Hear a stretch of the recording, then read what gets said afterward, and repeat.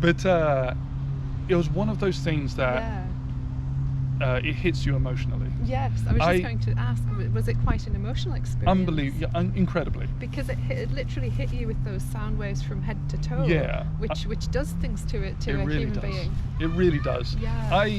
I'm lucky enough that working in the trade for many years, I've done over 10,000 dives now. Wow. And it was just one of the so it's one of those dives that just stays with you. Yeah. You can do 1,000 dives, and you know, a lot of them, people go, do you ever get bored doing the same places and day in and day out? But it's never the same. Yeah. You're absolutely right. It's never the same. I've done that particular wreck dive. I've done that wreck dive now 300, 400 times. Yeah. That was the one that I saw a humpback on that dive, and that will stay with me forever. Do you believe, Richard, that they find us? Because I truly believe this. And I could go off on a tangent, but I won't in this episode, but I think they do. I'm glad you said that. Yeah. So I always say to people who experience these things, I always say to them, good things happen to good people.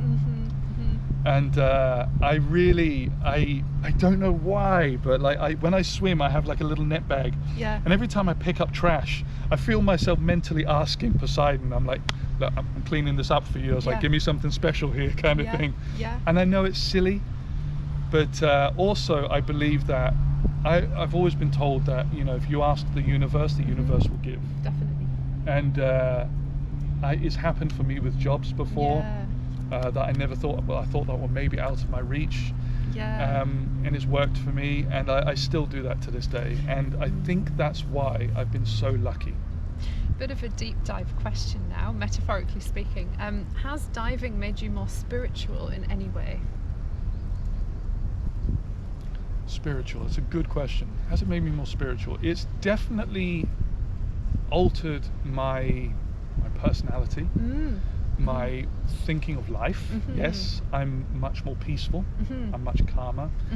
I do have stress. Of course I do. I mean, you're a business owner, you have a family, there is stress.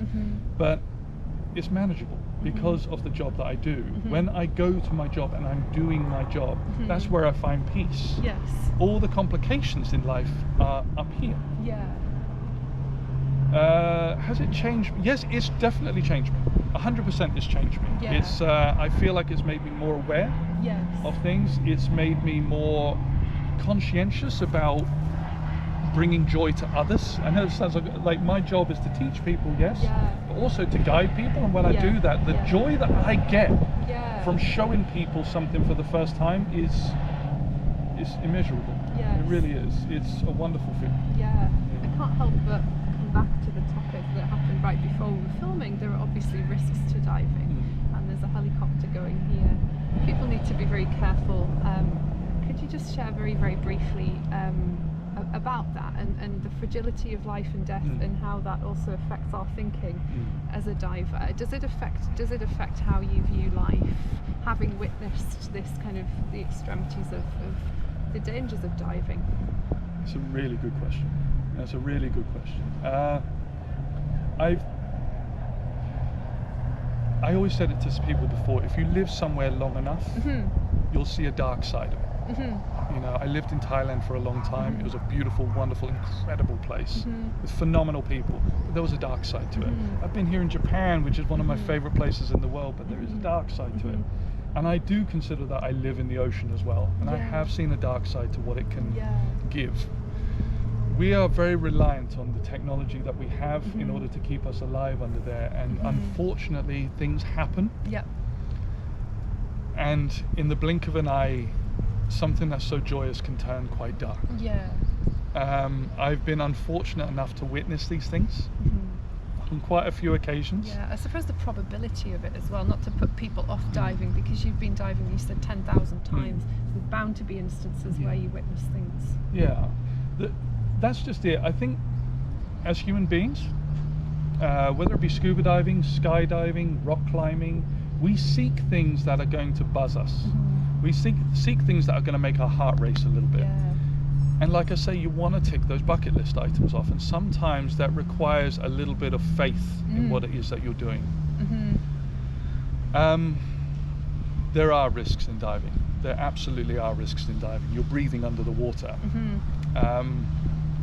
But I genuinely believe that when you are cautious, when you're careful, when you're understanding, when you're thoughtful, and when you surround yourself with people who think like you in the same vein of safety, I think at that point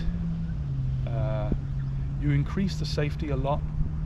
You increase the joy knowing that you've got people around you who can help you. Yeah. And one of the beautiful things about diving is we often say you don't dive on your own. Yeah. You know, you can, of course. I mean, there are specially trained people, but those people who are specially trained people are diving with alternate air sources, Yes. what we call pony bottles. But when, for instance, you go diving, you will come to me and it will be my job to take care of you. And vice versa, you will have been trained to take care of me. Yes. So by it's having like a buddy exactly system, the buddy isn't it? system itself. So the buddy system itself is often very, very good, but you have to trust people that you're with, and you have to follow the rules. Yes. Really, really follow the rules. It's something that, like for myself, following the rules in diving keeps you safe.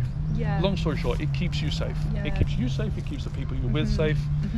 And it just makes it more fun because you just feel better about it. Yeah, definitely. Yeah. And I suppose also you'll be teaching me how to take responsibility for my own diving. Of course. We teach you techniques. That's part of the, I suppose, the role of being the instructor is to teach the student how to take care of themselves sensibly. Exactly. You mentioned a computer generated system now, which is different to previous times. Yeah.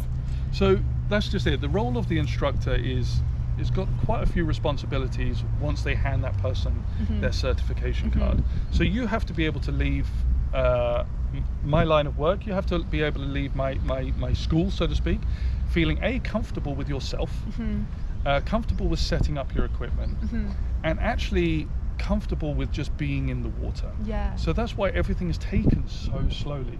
It's Yeah. repetitive, very, very repetitive.